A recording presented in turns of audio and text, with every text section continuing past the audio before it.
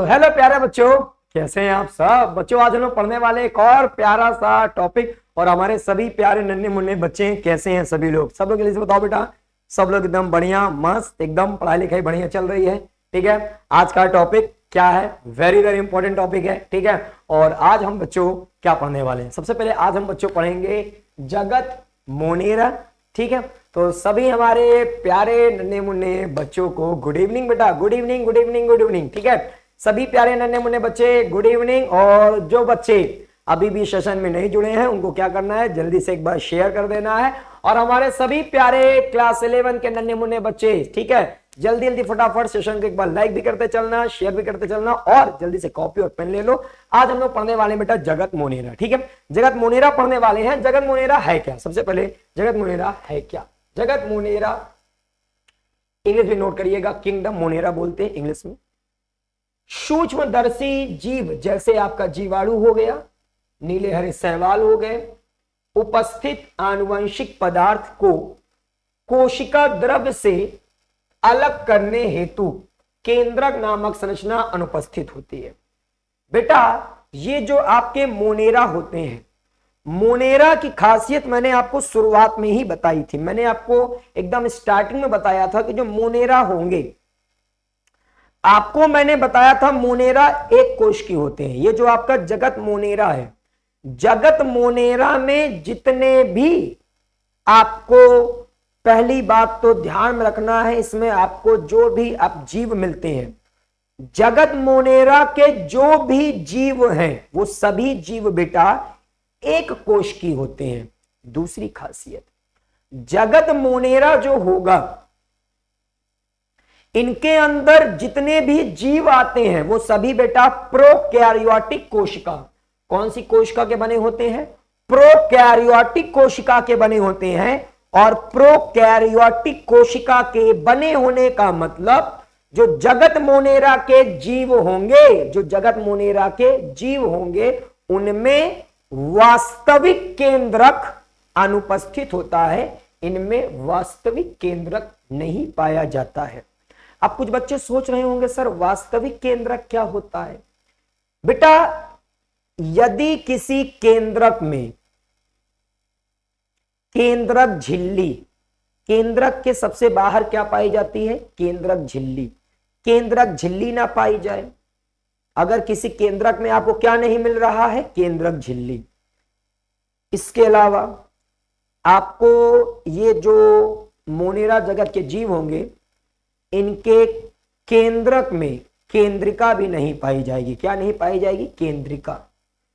तो ये जो जगत मोनेरा के जीव होते हैं, ठीक है बेटा, ये जो जगत मोनेरा के जीव होते हैं, आपको मैं इसको बनाकर दिखाता हूं। ये जो जगत मोनेरा के बेटा क्या है? जीव। इनके चारों ओर आपको क्या क्या चीजें नहीं पाई जाएंगी? जगत मोनेरा के जो बेटा आपके जीव होंगे, इनमें आपको ये केंद्रक झिल्ली, ये केंद्रक झिल्ली नहीं मिलेगी। इनमें आपको ये इस तरह से एक आपको केंद्रिका होगा, केंद्रिका भी इनमें नहीं पाई जाएगी। ठीक है, इस बात को ध्यान रख लेना। ये केंद्रक की केंद्रक झिल्ली है और ये केंद्रिका है। ये दोनों चीजें बेटा आपको जगत मोनेरा के जो जीव होंगे उनमें नहीं पाई जाएगी। केंद्रक झिल्ली भी नहीं पाई जाएगी आपको, और केंद्रिका भी नहीं पाई जाती है। जो डीएनए होगा उसमें हिस्टोन प्रोटीन भी नहीं पाई जाएगी, और इनका जो केंद्रक द्रव्य होगा वो बेटा आपको एकदम अलग से अच्छे से दिखाई नहीं देगा। तो अगर किसी केंद्रक में बेटा, जब किसी केंद्रक में ये चीजें ना पाई जाए तो उस केंद्रक को हम बोलते हैं बेटा क्या? हम लोग उसे बोलते हैं बेटा, सब लोग बताओ, बोलेंगे इसे हम लोग असत केंद्रक। इस केंद्रक को या तो आप बोलोगे असत केंद्रक, या तो आप बोल सकते हो कि ये वास्तविक केंद्रक आपका नहीं है। अगर मान लो कोई केंद्रक है, उसमें से ये केंद्रक झिल्ली हट गई, ये केंद्रिका हट गया, तो वो केंद्रक आपका वास्तविक केंद्रक नहीं होता है, वो केंद्रक आपका वास्तविक केंद्रक नहीं होता है। ठीक है बेटा, तो ये वास्तविक केंद्रक नहीं है, ये वास्तविक केंद्रक नहीं होगा। कब? जब इसमें ये केंद्रक झिल्ली और ये केंद्रिका अनुपस्थित हो जाए। तो अगर इस केंद्रक में से केंद्रक झिल्ली और केंद्रिका को हटा दिया जाता है बेटा, तब हम उसे वास्तविक केंद्रक नहीं कहते हैं। तो वास्तविक केंद्रक आपका अनुपस्थित होता है बेटा किसमें? जगत मोनेरा के जीवों में। जगत मोनेरा के जीवों में वास्तविक केंद्रक अनुपस्थित होता है, और इस कारण जगत मोनेरा की जो कोशिकाएं होती हैं वो पूर्व केंद्र की या प्रोकैरियोटिक कोशिकाएं आपकी होती हैं। ठीक, जगत मोनेरा में आगे सुनिएगा, अर्नेस्ट हेकेल वैज्ञानिक है, अर्नेस्ट हेकेल ने प्रोकैरियोटिक कोशिका युक्त जीवों के लिए एक पृथक जगत मोनेरा की स्थापना की थी। तो आपसे अगर नीट के एग्जाम में, आपसे अगर स्कूल के एग्जाम में पूछा जाए कि जगत मोनेरा की स्थापना, इसको एक अलग जगत, ठीक है, जगत मोनेरा को किसने सबसे पहले अलग किया था? तो जगत मोनेरा को सबसे पहले अलग किया था बेटा अर्नेस्ट हेकल ने। ठीक है, किसने अलग किया था बेटा? अर्नेस्ट हेकल ने। यहां तक सभी ने इतनी बातें नोट कर ली होंगी। यस, क्लियर हो गया एकदम अच्छे से? चलो नोट हो गया, आगे बढ़ेंगे, नेक्स्ट आएंगे इसके बाद, आगे समझो। जगत मोनेरा के अंतर्गत आपका जो सबसे इंपॉर्टेंट आता है वो आता है जीवाणु। जगत मोनेरा के जो सबसे इंपॉर्टेंट एग्जाम्पल है बेटा वो क्या है? जीवाणु। और जीवाणुओं के अध्ययन को जीवाणु विज्ञान कहते हैं। जीवाणुओं के अध्ययन को जीवाणु विज्ञान कहते हैं। ठीक है, तो जीवाणुओं के अध्ययन को हम लोग जीवाणु विज्ञान कहते हैं बेटा। जीवाणुओं के अध्ययन को जीवाणु विज्ञान कहते हैं, और जीवाणु विज्ञान को इंग्लिश में क्या बोलते हैं बेटा? सब लोग बोलो, बैक्टीरियोलॉजी। ठीक है, तो जीवाणु विज्ञान को इंग्लिश में बैक्टीरियोलॉजी कहते हैं। तो अब मैं आपको क्या बताने वाला हूं, जीवाणु विज्ञान से संबंधित कुछ महत्वपूर्ण घटनाएं। सबसे पहले, जैसे जीवाणु की खोज किसने की थी? नीट में आपको क्वेश्चन आता है, जीवाणु की खोज हॉलैंड निवासी एंटोनी वॉन ल्यूवेनहॉक ने की थी। ठीक है बेटा, किसने जीवाणु की खोज की? नोट किया बेटा वैज्ञानिक का नाम? सब लोग बेटा नोट कर रहे हो? आगे सुनो बेटा, इन्होंने सन 1676 का समय था, इन्होंने 1676 में अपने द्वारा बनाए गए सूक्ष्मदर्शी की सहायता से पानी, लार तथा अपने दांतों के मैल में कुछ सूक्ष्म जीवों को देखा। इन्हें एनिमैल्क्यूल्स, एंटोनी वॉन लीवेनहॉक ने जीवाणुओं को सबसे पहले क्या बोला था? इन्होंने जीवाणुओं को बोला था एनिमैल्क्यूल्स। ठीक है, इन्होंने जीवाणु नाम नहीं दिया था। जीवाणु नाम आपके एक अलग वैज्ञानिक थे, उनका नाम था इरेनबर्ग। इन्होंने नाम दिया था जीवाणु। आपके एंटोनी वॉन लीवेनहॉक ने सबसे पहले जीवाणुओं को खोजा था। एंटोनी वॉन लीवेनहॉक ने सबसे पहले जीवाणुओं को खोजा था, और एंटोनी वॉन लीवेनहॉक ने अपने द्वारा सूक्ष्मदर्शी से, ठीक है, जीवाणुओं को खोजा था। एंटोनी वॉन लीवेनहॉक ने, क्योंकि सबसे पहले जीवाणुओं को खोजा था, सबसे पहले इन्होंने जीवाणुओं को खोजा था, तो इसीलिए बेटा, इसीलिए इनको हम क्या बोलते हैं बेटा?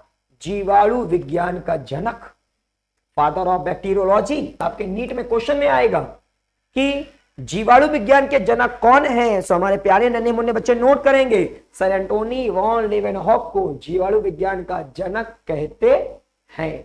एंटोनी वॉन लीवेनहॉक को जीवाणु विज्ञान का जनक कहते हैं। यस प्यारे बच्चों, वेरी वेरी नाइस। आगे सुनिए, एरेनबर्ग ने बेटा सन 1829 में जीवाणु नाम दिया था। ये भी आपके नीट में क्वेश्चन में आएगा बेटा। तो जीवाणु नाम 1829 में दिया गया था, किसने दिया था? एरेनबर्ग ने। ये भी क्लियर हो गया। चलिए नेक्स्ट आएंगे इसके बाद, कैरोलस लिनियस ने जीवाणुओं को बेटा क्या बोला था? कैरोलस लिनियस ने जीवाणुओं को वर्मिस में स्थान दिया था बेटा। तो ये भी वेरी वेरी इंपॉर्टेंट है। हाँ भाई नोट करो जल्दी से।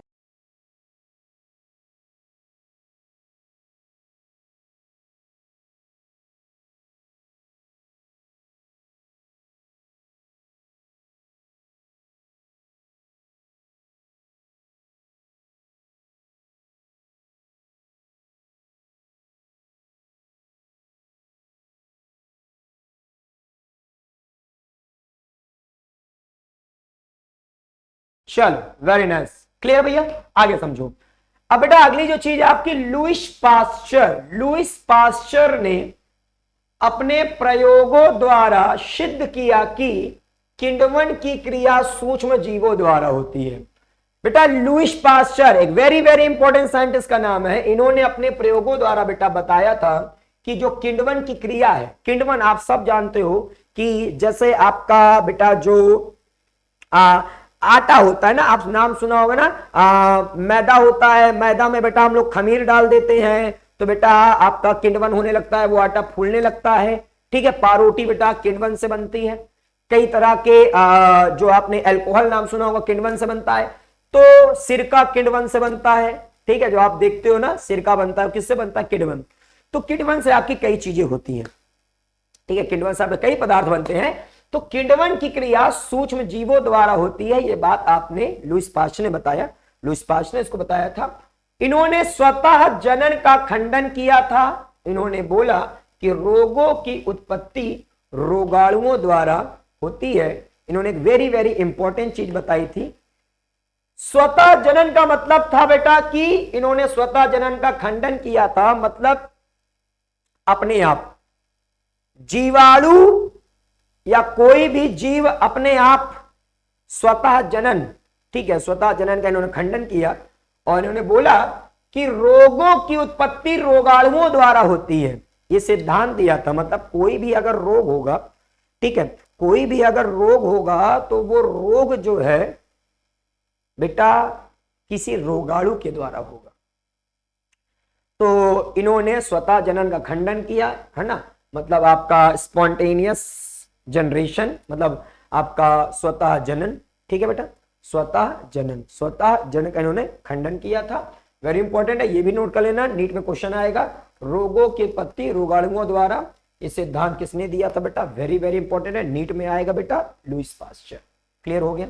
चलो, लुईस पास्चर से भी आपको एक और क्वेश्चन नीट में मिलेगा बेटा, सूक्ष्म जैविकी का पिता, फादर ऑफ माइक्रोबायोलॉजी।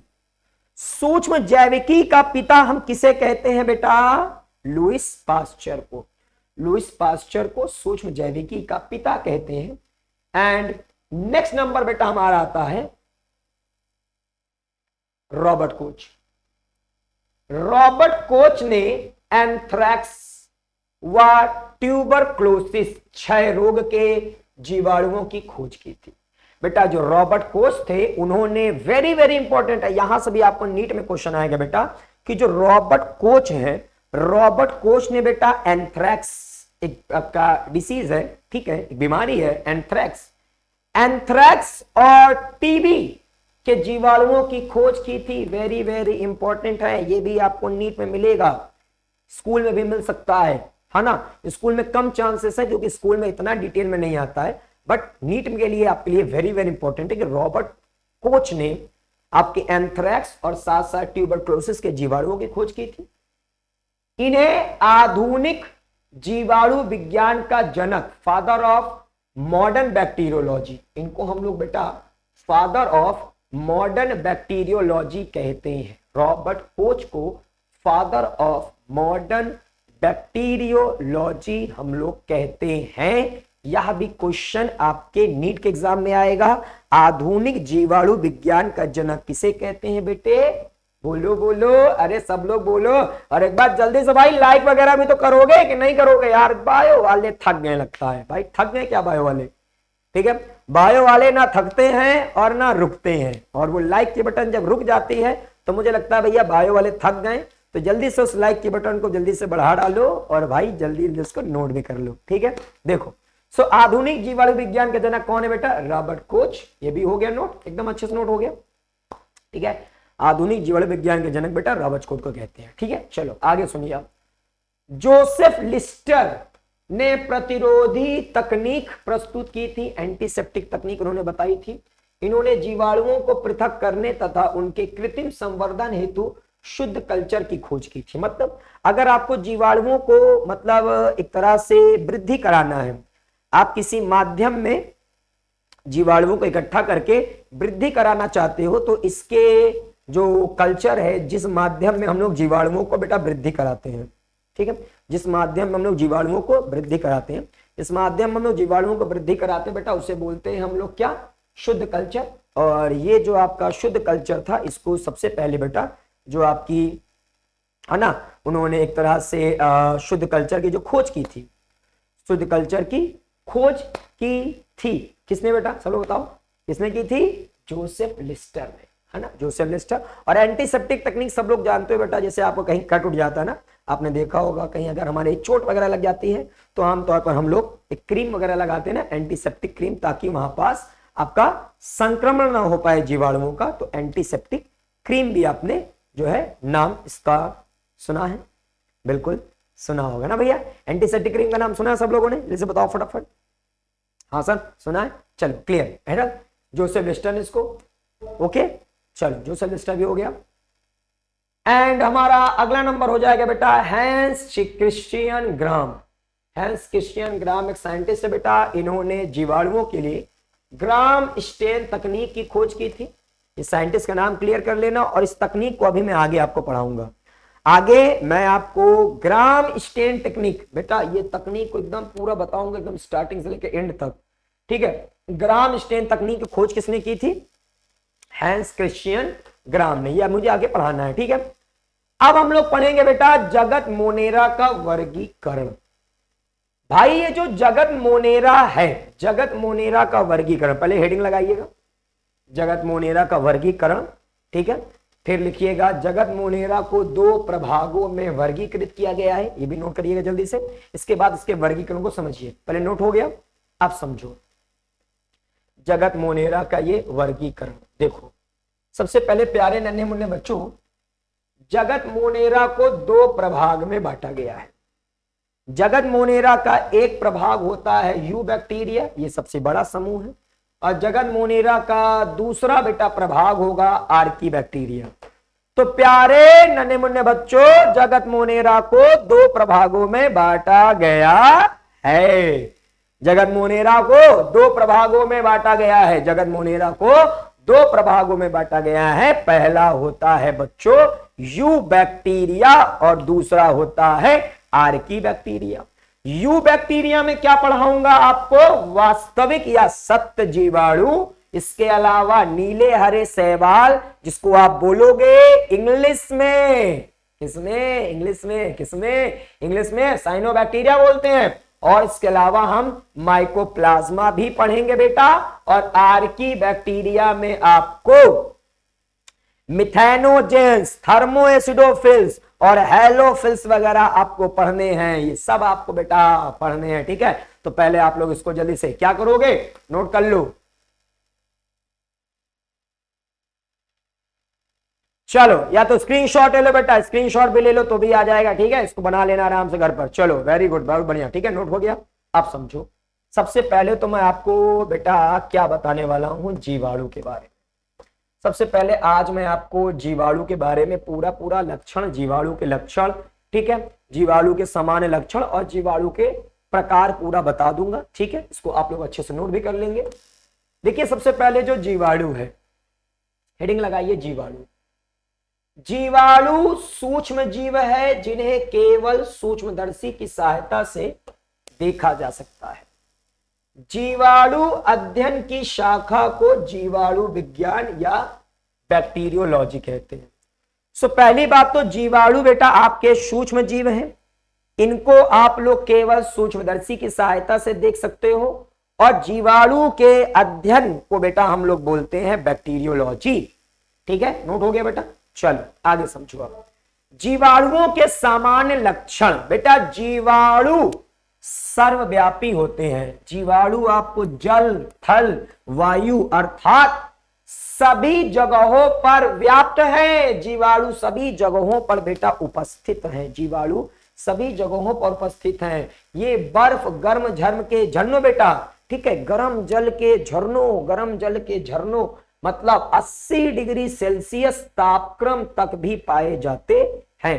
तो जीवाणु के लक्षण बेटा ये पहला पॉइंट नोट करिएगा जल्दी से। सेकंड पॉइंट सुनिए बच्चों, जीवाणुओं की जो कोशिका भित्ति होती है बेटा वो पेप्टाइडोग्लाइकैन की बनी होती है। नीट का क्वेश्चन है, अन्य जीवों से ये अलग होगी। इनकी कोशिका भित्ति में आपको बेटा क्या मिलेगा, एसिटिल ग्लूकोसामीन मिलेगा, ठीक है, एसिटिल ग्लूकोसामीन मिलेगा और एसिटिल म्यूरेमिक, है ना। ये दो पदार्थ आपको, ये दो आपकी प्रमुख शर्करा व्युत्पन्न है। शर्करा मतलब ये शर्करा से मिलकर बना होता है, ग्लूकोसामीन और आपका एसिटिल म्यूरेमिक, ठीक। ये दोनों आपका जो है केवल जीवाणुओं की कोशिका भित्ति में पाया जाता है। नोट करिएगा, पेप्टाइडोग्लाइकैन होगा और इनकी कोशिका भित्ति में बेटा एसिटिल ग्लूकोसामीन, एसिटिल ग्लूकोसामीन और आपका एसिटिल म्यूरेमिक, ठीक है, एसिटिल म्यूरेमिक दो प्रमुख शर्करा व्युत्पन्न उपस्थित होंगे और इन्हीं की वजह से जो जीवाणु की कोशिका भित्ति होती है वह अन्य जीवों से अलग होती है। क्लियर हो गया? चलो आगे सुनो। सभी झिल्ली युक्त कोशिका अंग जीवाणुओं में नहीं पाए जाते। मतलब जो भी कोशिका अंग के चारों ओर झिल्लियां पाई जाती हैं, जैसे गोल्जी बॉडी, माइटोकॉन्ड्रिया, लाइसोसोम, आपका गोल्जी बॉडी हो गया, माइटोकॉन्ड्रिया हो गया, लाइसोसोम हो गया, ठीक है, ठीक है। ये सारी चीजें, मतलब इसके अलावा आप जानते हो हरित लवक के चारों ओर भी झिल्ली होती है, ठीक है। इसके अलावा आपका एंडोप्लाज्म रेटिकुलम, रिक्तिका, जिन भी कोशिका अंग के चारों ओर झिल्लियां पाई जाती हैं वो सभी कोशिका अंग इसमें अनुपस्थित होते हैं। जीवाणुओं के अंदर जो आनुवंशिक पदार्थ होगा बेटा वो एक वलय का मतलब सिंगल स्ट्रैंडेड। जीवाणुओं का जो डीएनए होता है वो सिंगल स्ट्रैंडेड होता है। जीवाणुओं के डीएनए में वेरी वेरी इंपॉर्टेंट, नीट में क्वेश्चन आएगा, हिस्टोन प्रोटीन नहीं पाई जाती हैं। इसमें आपको जीवाणुओं में आपको क्या होगा बेटा, देखो जीवाणुओं में आपको सिंगल स्ट्रैंडेड डीएनए मिलेगा। ये सिंगल स्ट्रैंडेड डीएनए में आपकी हिस्टोन प्रोटीन नहीं पाई जाती है, इसलिए जीवाणुओं के आनुवंशिक पदार्थ को बेटा हम लोग न्यूक्लियोइड या तो प्रोक्रोमोसोम और या तो बेटा हम लोग जीनोफोर कहते हैं। तो जीवाणुओं के आनुवंशिक पदार्थों को आप न्यूक्लियोइड, प्रोक्रोमोसोम या तो जीनोफोर भी कहोगे, ठीक है। ये आपका क्वेश्चन नीट में आता है कि जीवाणुओं या प्रोकैरियोटिक कोशिका वाले जीवों के आनुवंशिक पदार्थ को, प्रोकैरियोटिक कोशिका वाले जीवों के आनुवंशिक पदार्थ को हम लोग बेटा क्या बोलते हैं, न्यूक्लियोइड या तो प्रोक्रोमोसोम या तो जीनोफोर, ठीक है। नोट हो गया, कहते हैं। आगे सुनो। इसमें केंद्रक कला नहीं पाई जाएगी, इसमें केंद्रक द्रव आपका सही ढंग से व्यवस्थित नहीं होता है, इसमें केंद्रिका नहीं पाई जाएगी, ठीक है। तो ये सारी चीजें इसमें क्या होंगी बेटा, अनुपस्थित होंगी। जीवाणुओं में आपको 70 प्रकार के राइबोसोम मिलेंगे जो कोशिका द्रव में पाए जाते हैं। ये पॉलीसोम या पॉलीराइबोसोम के रूप में उपस्थित होते हैं। तो ये जो राइबोसोम होंगे वो पूरे बेटा एक श्रृंखला में पाए जाते हैं। ये राइबोसोम एक श्रृंखला में पाए जाते हैं, इसलिए हम इसे बोलते हैं बेटा पॉलीराइबोसोम। क्या बोलते हैं, पॉलीराइबोसोम। क्लियर है भैया? हाँ, सब लोग बताएंगे इतनी बातें, क्लियर है। चलो आगे देखो। जीवाणुओं में जीव द्रव्य कला कुछ जगहों पर अंदर की ओर वलित होती है, ये सबसे इंपॉर्टेंट चीज है। जो जीवाणु होगा उसकी ये जीव द्रव्य कला अंदर की ओर ऐसे मुड़ जाएगी, ठीक है। और ये अंदर की ओर जो मुड़ जा रही है बेटा, इस संरचना को हम लोग क्या बोलते हैं, मीसोसोम। और ये जो मीसोसोम है बेटा, यह आपके क्या करेगी, इसके अंदर श्वसन एंजाइम पाए जाएंगे। मीसोसोम में श्वसन एंजाइम पाए जाते हैं, इस वजह से ये बेटा ये श्वसन में क्या करती है, सहायता करती है। चलो, इसके अलावा बेटा जो जीवाणु होंगे वो आपके स्वपोषी और विषमपोषी दोनों प्रकार के होंगे। तो जीवाणु बेटा आपका प्रकाश संश्लेषण, मतलब स्वपोषी जीवाणु अपना भोजन स्वयं बना लेते हैं, ठीक है। इनमें हरित लवक नहीं होता है, वेरी इंपॉर्टेंट है, नीट का क्वेश्चन है। इसमें हरित लवक ना होकर एक लैमिला एक पट्टी जैसे संरचना पाई जाएगी, जिसमें आपको क्या मिलेंगे बेटा, थाइलाकॉइड्स इनके जीव द्रव में पाए जाएंगे। आपको पता होगा जो थाइलाकोइड होता है वो हरित लवक के अंदर होता है, तो इसमें हरित लवक नहीं होगा, केवल थाइलाकोइड होंगे। ठीक है, जीवाणुओं में आपको हरित लवक नहीं मिलेगा बल्कि थाइलाकोइड्स मिलेंगे, और इन्हीं थाइलाकोइड के द्वारा जीवाणु जो होंगे वो आपके अपना भोजन स्वयं, ठीक है बेटा, बनाएंगे, जो प्रकाश संश्लेषण में सहायता करते हैं। प्रकाश संश्लेषण मतलब जीवाणुओं के भोजन बनाने में सहायता करते हैं। जीवाणुओं में जो गति होती है बेटा, तो जीवाणुओं में गति सीलिया या फ्लैजिला, ठीक है। आपको जो हमारी अगली क्लास होगी उसमें मैं आपको जीवाणु की संरचना भी बनाकर दिखाऊंगा, ठीक है। तो जीवाणु में आपको क्या मिलेंगे, धागे जैसी संरचना मिलेंगी, सीलिया या तो फिर एक बड़ा सा धागे जैसी संरचना मिलेंगी। सीलिया और फ्लैजिला में अंतर आपको डिटेल में पढ़ना होता है कोशिका चैप्टर में। जब मैं आपको अभी क्लास 11 में एक चैप्टर पढ़ाऊंगा बेटा, कोशिका चैप्टर, वहां पास मैं इसको आपको डिटेल पढ़ाऊंगा, बट मैं यहाँ आपको थोड़ा बता देता हूँ सीलिया और फ्लैजिला में क्या अंतर होता है। जो सीलिया होगा बेटा, ये आकार में छोटे होते हैं, ठीक है, साइज में छोटे होते हैं, ठीक है, सीलिया साइज में छोटे होते हैं। और जो फ्लैजिला है बेटा, ये आकार में आपके क्या होंगे बेटा, ये मतलब साइज में आपके लंबे होते हैं। सी आपका फ्लैजिला साइज में लंबे होते हैं। इसके अलावा बेटा जो सीलिया होगा, सीलिया जो है वो संख्या में कम होते हैं, और फ्लैजिला मतलब सॉरी सीलिया फ्लैजिला मतलब ये जो सीलिया है ये हमेशा संख्या में अधिक होगा, सीलिया संख्या में अधिक होगा, ठीक है बेटा, ठीक है, नोट कर लिया, सीलिया संख्या में अधिक होते हैं, और फ्लैजिला जो होता है बेटा ये आपके संख्या में कम होते हैं, ठीक है। तो ये इन दोनों में क्या हो जाएगा बेटा, सबसे बड़ा अंतर नोट कर लीजिएगा। इन्हीं के द्वारा गति होती है जीवाणुओं में। जीवाणुओं में बेटा जो आपका प्रजनन होगा वो द्विविभाजन, द्विविभाजन मतलब जीवाणुओं की जो कोशिका होगी, जीवाणुओं की एक कोशिका दो भागों में बढ़ जाएगी, और वो आपका निर्माण कर लेंगे बेटा दो नए जीवाणुओं का, द्विविभाजन होगा जीवाणुओं में।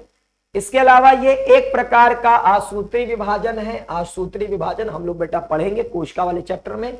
कुछ विपरीत बेटा, ठीक है, इसको हम लोग कोशिका वाले चैप्टर में पढ़ेंगे। कुछ विपरीत परिस्थितियों में भी आपके जो क्या होते हैं बेटा जीवाणु, उनके अंदर छोटे छोटे गोलाकार संरचना बनती है, और वो जो छोटे छोटे गोलाकार संरचना होती है बेटा उसे हम बोलते हैं बीजाणु। तो कुछ बीजाणुओं में प्रतिकूल परिस्थितियों में बेटा क्या होता है, बीजाणुओं का निर्माण होता है। इसके अलावा इनमें लैंगिक जनन स्पष्ट युग्मकों के संलयन द्वारा नहीं होता है। इनमें लैंगिक जनन में युग्मकों का संलयन नहीं होता है, लैंगिक जनन युग्मकों का संलयन नहीं होता है। इनमें आनुवंशिक लक्षणों में परिवर्तन, आनुवंशिक पुनर्योजन, ये बेटा जेनेटिक रिकॉम्बिनेशन, ठीक है, आनुवंशिक पदार्थ जो है वो आपके क्या करेंगे बेटा, मिलकर बनाएंगे नए लक्षण वाले जीवाणु, ठीक है। आपका आनुवंशिक पदार्थ मिलकर क्या बनाएंगे बेटा, नए लक्षण वाले जीवाणु। आनुवंशिक पदार्थ मिलकर बनाएंगे नए लक्षण वाले जीवाणु, और इनमें जो आपको लैंगिक जनन होगा, जीवाणुओं में जो लैंगिक जनन होता है, ठीक है, ये हम लोग आगे चल के डिटेल में पढ़ेंगे। जीवाणुओं में लैंगिक जनन जो होगा वो कॉन्जुगेशन के द्वारा, ट्रांसफॉर्मेशन और पारगमन के द्वारा होता है। ये तीन विधियां बेटा नोट कर लीजिएगा। तीनों विधियों को हम लोग डिटेल में पढ़ेंगे बेटा आगे चलकर। जीवाणुओं में लैंगिक जनन जो होगा वो तीन विधियों द्वारा होगा। यस, सबने नोट कर लिया, जीवाणुओं में लैंगिक जनन जो होगा वो तीन विधियों द्वारा होगा। यस बच्चों, सबने नोट कर लिया, वेरी नाइस। चलो ये हमारा नोट हो गया। अब बच्चों आगे समझो। अब हमें जीवाणुओं के प्रकार पढ़ने हैं। देखो जीवाणुओं का जो पहला प्रकार मैं आपको पढ़ाऊंगा बेटा, वो पढ़ाऊंगा किसके आधार पर बेटा, आकृतियों के आधार पर। जीवाणु जो होते हैं वो निम्नलिखित प्रकार के होते हैं, आकृतियों के आधार पर। इसके अलावा हम कई पढ़ेंगे। पहले तो पढ़ लेते हैं गतिशीलता, गतिशीलता के आधार पर पढ़ते हैं, ठीक है। जीवाणुओं के प्रकार में सबसे पहले पढ़ते हैं गतिशीलता के आधार पर। नोट कर लिए बेटा सबने? हाँ भाई, हेडिंग लगाया सबने, गतिशीलता के आधार पर। यस बच्चों, गतिशीलता के आधार पर। सो गतिशीलता के आधार पर बेटा जो जीवाणु होंगे वो एक होगा चल, एक होगा अचल। तो जिन जीवाणुओं में फ्लैजिला, कशाभ मतलब फ्लैजिला, जिन जीवाणुओं में फ्लैजिला अनुपस्थित होता है उन जीवाणुओं को बेटा हम बोलते हैं आकशाभी, इंग्लिश में बोलते हैं एट्राइकस। तो यदि किसी जीवाणु में आपको फ्लैजिला नहीं मिलेगा तो वो होगा एट्राइकस, एट्राइकस, ठीक है बेटा।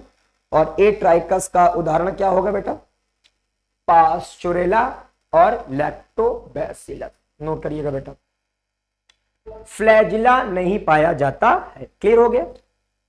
चलो सेकंड नंबर, ऐसे जीवाणु जिनके एक सिरे पर एक फ्लैजिला पाया जाए, इनके एक सिरे पर केवल एक फ्लैजिला होगा।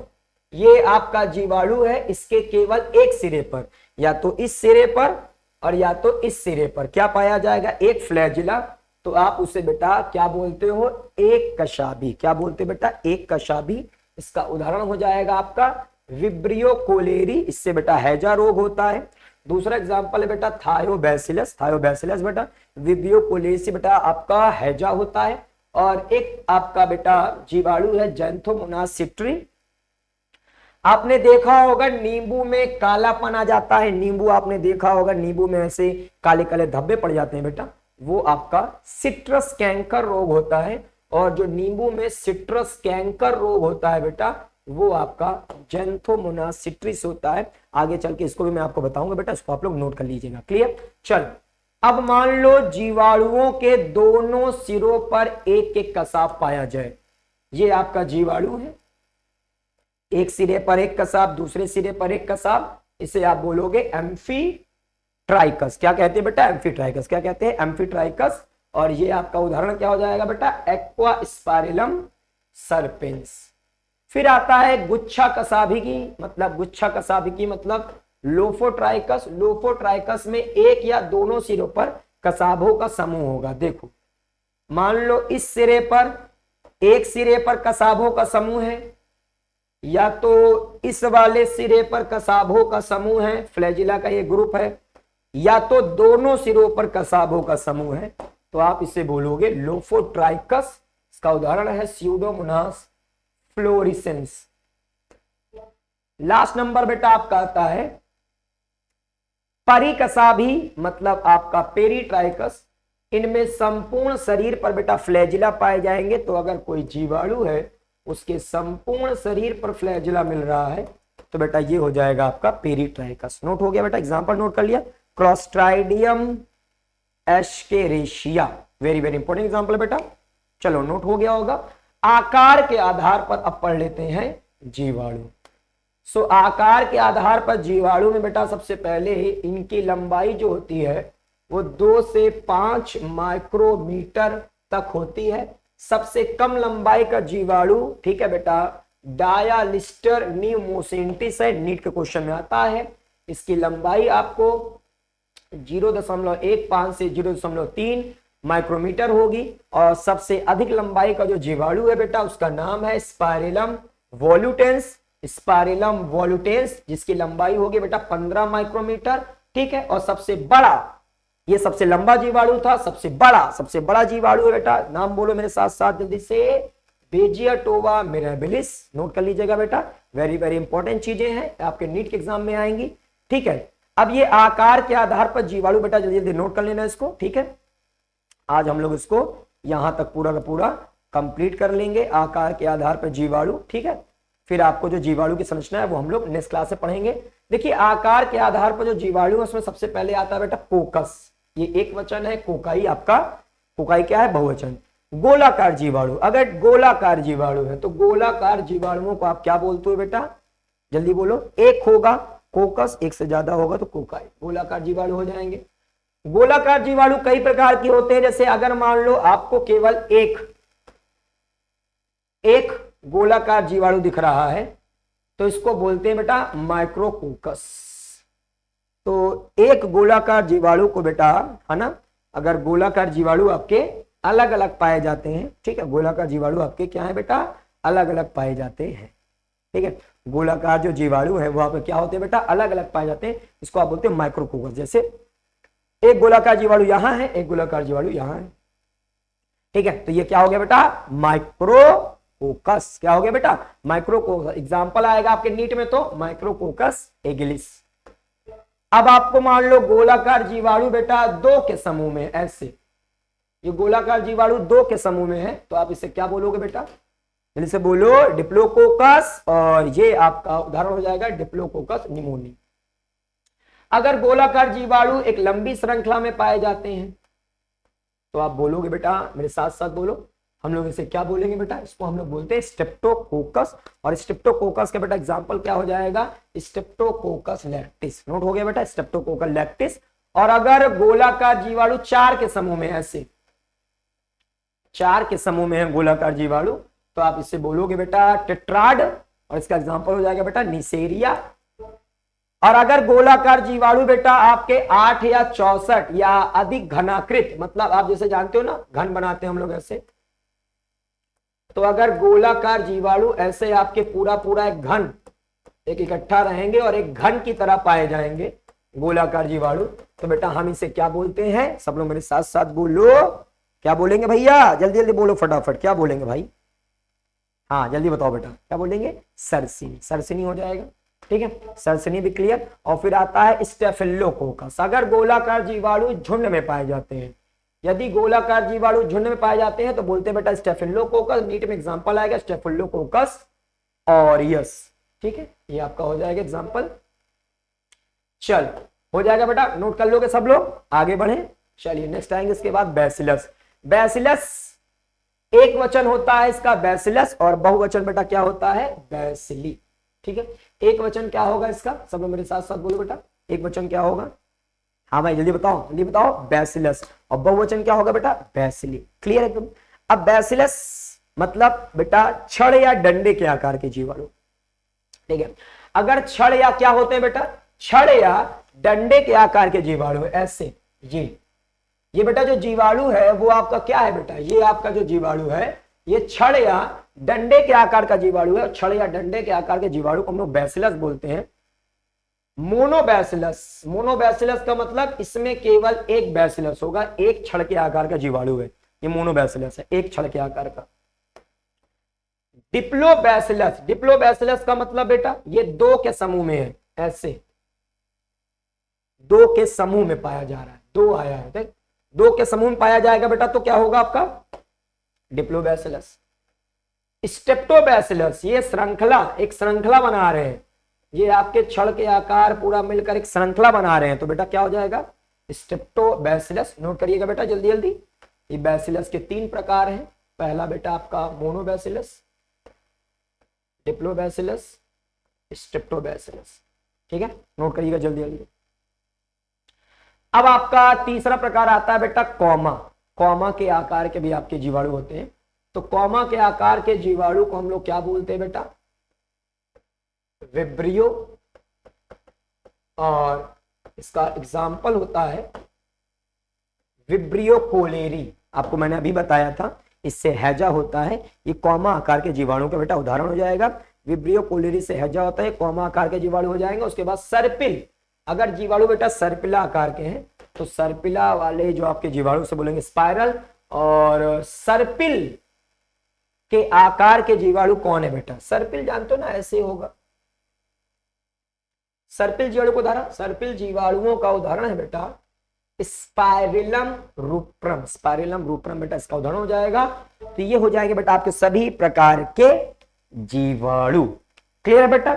चलो इसके अलावा कुछ अन्य आपको आकारों के भी जीवाणु मिलेंगे, इसको भी नोट कर लीजिएगा। जैसे तंतुमय, तंतुमय जीवाणु आपके कौन होते हैं बेटा, जैसे बेजिया टोवा है आपका, तंतुमय हो जाएगा। और बहुरूपी मतलब कुछ जीवाणु होते हैं जो आकार, मतलब ठीक है बेटा, वातावरण के अनुसार अपने आकार को बदल सकते हैं।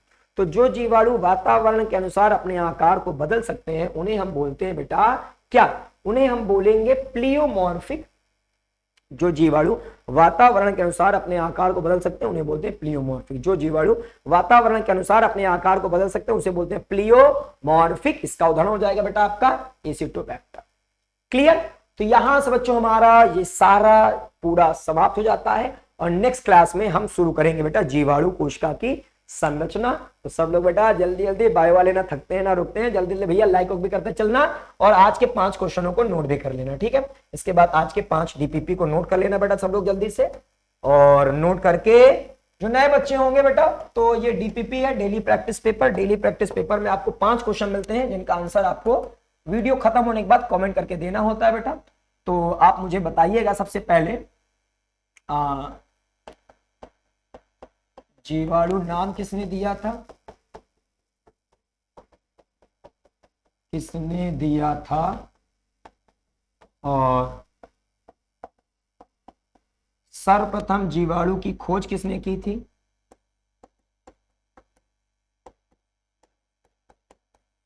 जीवाणु की खोज किसने की थी? दूसरा क्वेश्चन। तीसरा क्वेश्चन, जीवाणु विज्ञान के जनक कौन है बेटा? और आधुनिक जीवाणु विज्ञान के जनक कौन है? आधुनिक जीवाणु विज्ञान के जनक कौन है?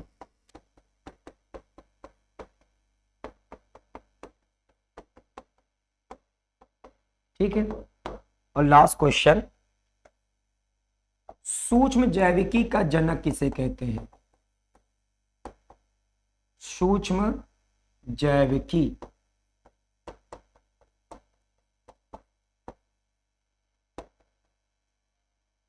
के जनक कौन है बेटा? फादर ऑफ माइक्रोबायोलॉजी, ठीक है, किसे कहते हैं हम लोग? तो ये बच्चों आज के 5 क्वेश्चन हो जाएंगे, ठीक है।